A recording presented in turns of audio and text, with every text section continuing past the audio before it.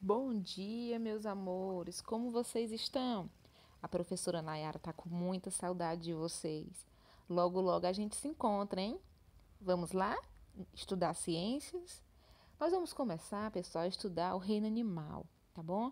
Nesse reino animal, nós vamos começar pelos invertebrados, depois os vertebrados, tá? Dentre os invertebrados, vamos começar pelos poríferos, seguidos dos quinidários. Na aula seguinte, falaremos de plateumintos e nematóides, ok? Poríferos. Poríferos nada mais são do que animais que apresentam poros, tá? Não formam tecidos verdadeiros, na maioria são marinhos. A célula típica deles é o coanócito.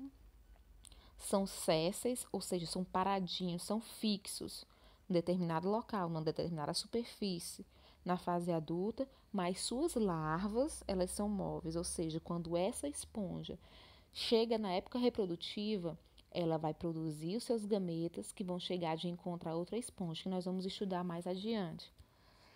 E também não tem sistema nervoso nem muscular.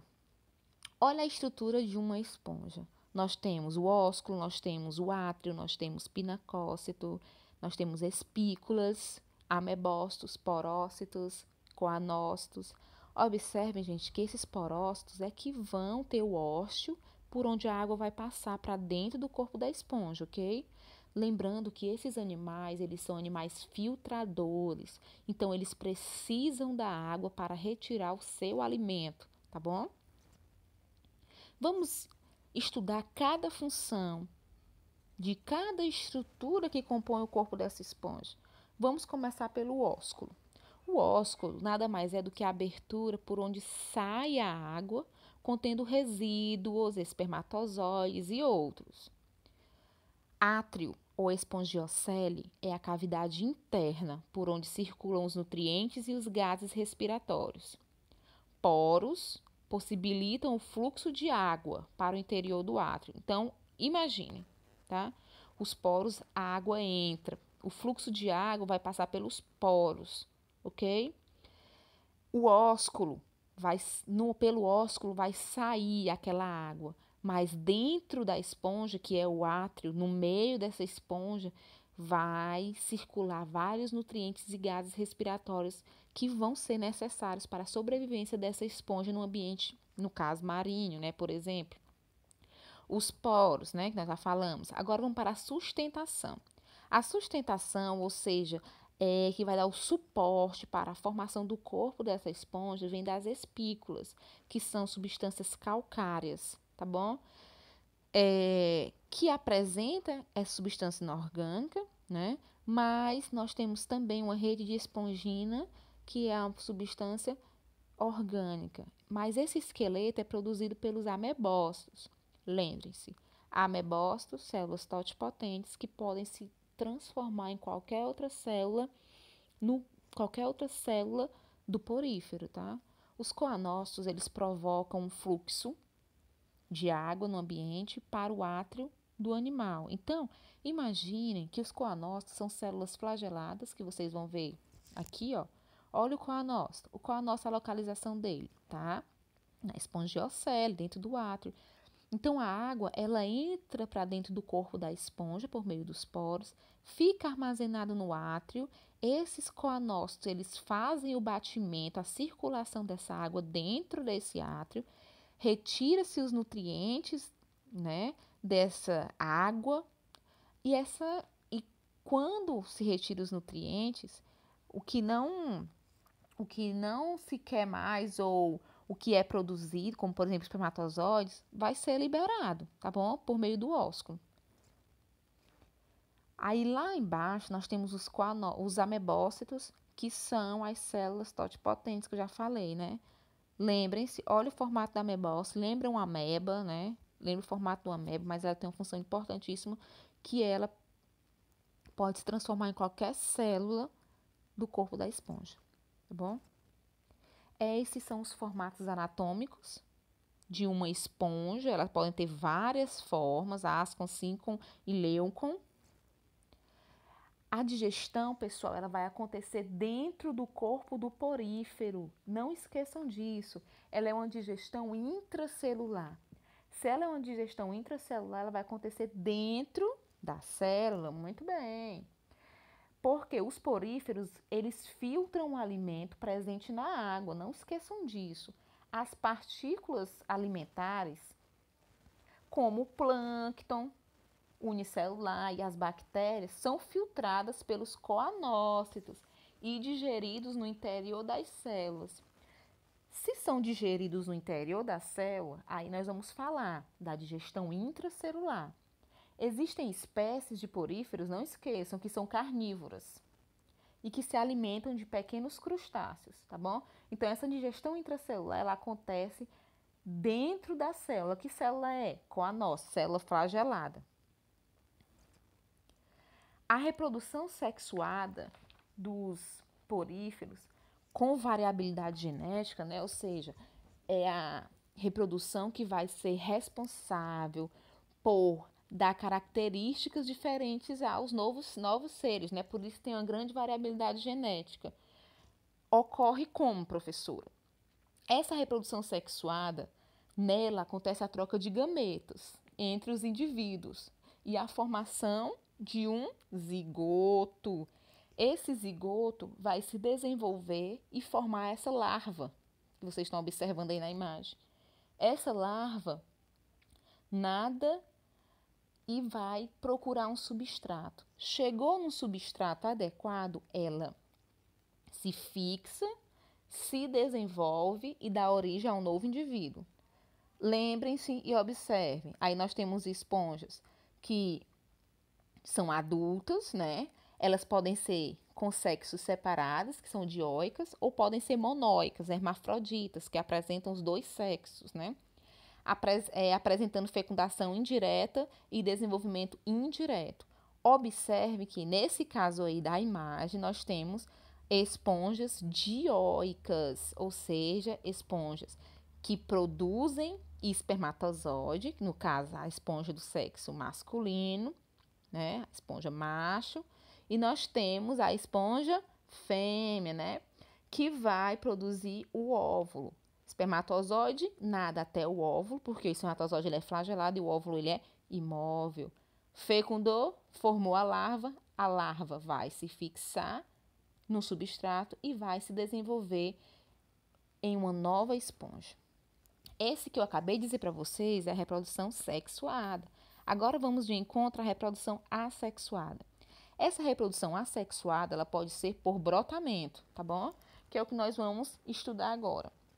Lembrem-se, esse brotamento, no caso dessa esponja que nós estamos observando, a primeira, você observa uma pequena protuberância do seu ladinho, né?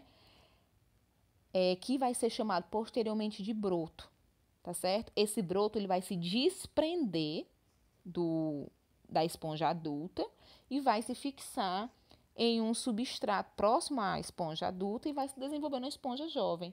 O que eu quero dizer com isso? Que um broto vai se desprender do indivíduo e se fixar em outro local, dando origem a um novo porífero. Agora eu quero que vocês pensem junto comigo. Será que esse broto ele vai ser semelhante geneticamente ao que o formou? Claro, né? Muito bem. Eu tenho certeza que vocês responderam correto. Claro, vai ser geneticamente igual, porque é uma reprodução do tipo assexuada, diferente da reprodução sexuada, que ela é a que produz grande variabilidade genética. Muito bem.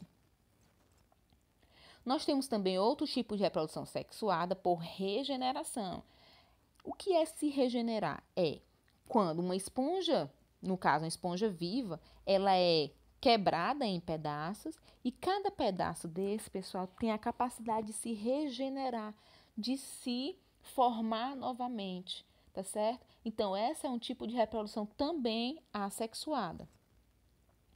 E qual a importância das esponjas na interação ecológica com outras espécies marinhas? O que vocês acham? Por que as esponjas estão lá, né? Primeiro, elas vão servir de habitat para muitas algas e diversos animais. São fontes de alimento para muitas espécies de peixes. Então, vocês observam que elas estão lá, mas elas estão exercendo um grande papel na interação ecológica. Ela serve de habitat para muitas algas e diversos animais. São fontes de alimento para muitas espécies de peixes. Quinidários. Aqui nós vamos começar o estudo dos quinidários, tá? Quinidários são algas vivas, caravelas, hidras, corais e anêmonas. Nesses quinidários, nós vamos falar de animais marinhos que vivem isolados ou em colônias. Diblásticos, que eles apresentam dois tecidos, né? Ectoderme e endoderme, sendo que a ectoderme ela faz o revestimento externo do corpo do animal e a endoderme faz o revestimento interno da cavidade digestória. Nesse tipo de animal também nós vamos encontrar a mesogleia, que é uma massa gelatinosa constituída basicamente de água. Ela tem uma simetria radial, tecidos diferenciados e células urticantes que causam queimação no indivíduo quando ele se aproxima. A rede nervosa difusa da anêmona serve para a contração e relaxamento quando o quinidário executa os movimentos dos tentáculos. Então os tentáculos, pessoal, eles têm células urticantes que queimam, tá bom? Forma e estrutura interna dos quinidários. Observe que nós temos uma forma de pólipo e uma forma de medusa. A forma de pólipo, ela é fixa, né? A boca fica acima e os tentáculos ao redor dessa boca, né? E nós temos a forma de medusa, que é a forma que já tem a capacidade de nadar, né? Tem uma boca logo abaixo e também tem os tentáculos circundando essa boca. Nós temos o quinidoblasto, que libera um filamento urticante que funciona como uma arma de defesa e ataque. É como se fosse, pessoal, um gatilho, né? Essa célula urticante que apresenta um líquido que queima, ela vai disparar quando o quinidário sente uma ameaça. Nós temos algumas classificações dos quinidários. Nós temos a classe hidrozoa, que são os hidrozoários. Nós temos a cifozoa, cifozoários. Nós temos a antozoa, que são os antozoários, tá bom? Hidrozoa, animal, né? Ó, grego hidro, água, zoom, animal. Cifozoa, cifos, taça, animal que tem o formato de taça. Antozoa, animal que parece uma flor, né? Então, nós vamos para a classe hidrozoa. Classe hidrozoa, os animais, eles apresentam pequeno porte, ou organismos vivendo isoladamente ou formando colônias. Ocorre predomínio dos pólipos sobre as medusas. Exemplos, hidras, caravelas e obélias. Lembrem-se também que, olha aqui, existe o predomínio dos pólipos, ou seja, a forma céssio, tá? Sobre a forma de medusa, ok? Classe cifozoa. Nos cifozoários ocorre o predomínio das formas medusoides, como as conhecidas águas vivas. Os pólipos são reduzidos e as medusas apresentam a mesogleia gelatinosa. Olha aí como é que funciona. Nesse caso aí, nós vamos encontrar uma água viva que tem o formato de um cifozoário, ou seja, tem uma mesogleia gelatinosa. Ela vai ter grandes tentáculos também, ricos em substância urticante. Classe antozoa. Os antozoários constituem a classe mais numerosa de quinidários, apresentando somente pólipos. Exemplo, nos recifes coralinos existe uma grande diversidade de pólipos, de anêmonas do mar e corais. Gente, a anêmona do mar, ela é um indivíduo, né, desculpa, que é céssio, paradinha, tá bom? E ela está lá formando os recifes de corais. Como que eles se alimentam, né? Eles têm a boca, por onde o alimento parcialmente é digerido, na cavidade digestória. E também tem células flageladas que capturam esses alimentos não digeridos e transferem para a gastroderme, que é para o meio intracelular, dentro da célula, tá bom? Tem células que pegam esse alimento do meio extracelular e colocam para dentro das células no meio intracelular. No caso da reprodução, nós vamos deixar para a aula seguinte, porque aqui nós vamos falar de dois tipos. Nós temos a reprodução sexuada e a assexuada, tá certo? E aí nós vamos deixar para a aula seguinte, porque eu preciso da atenção de vocês, tá bom? Para não ficar muito extenso o nosso vídeo, ok? Um beijo, espero que vocês tenham entendido e na aula seguinte vamos ter o retorno, tá bom? Vamos tirar nossas dúvidas também na aula seguinte e na nossa de hoje. Eu estou disponível para vocês, tá bom? Um beijo.